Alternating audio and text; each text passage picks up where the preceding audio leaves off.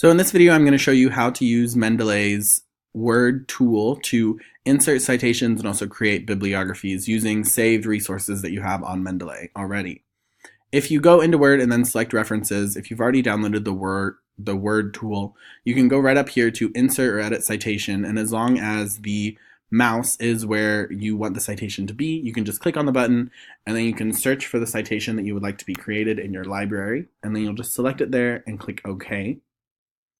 And then it will create the citation for you that you need in your paper. Then if you're trying to make a bibliography, you can just click right up here on Insert Bibliography, and it will create the reference that you need right below that. If you're trying to insert multiple citations, then that's pretty simple. You can just search for all of them right there, and it will put them in order, one after the other. And then you'll click OK.